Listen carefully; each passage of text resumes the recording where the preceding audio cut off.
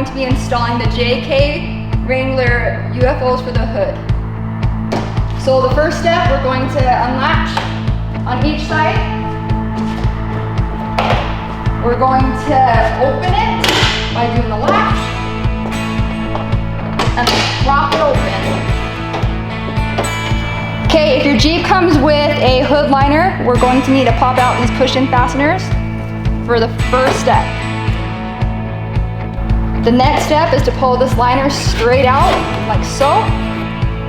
Okay, the next step is to pull the hood bumpers straight off, like so.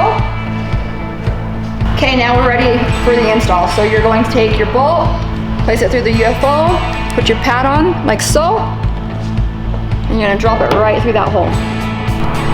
Okay, so when you're working with small pieces, it's best to have something here to block just in case you drop it. It's not gonna get lost in your engine.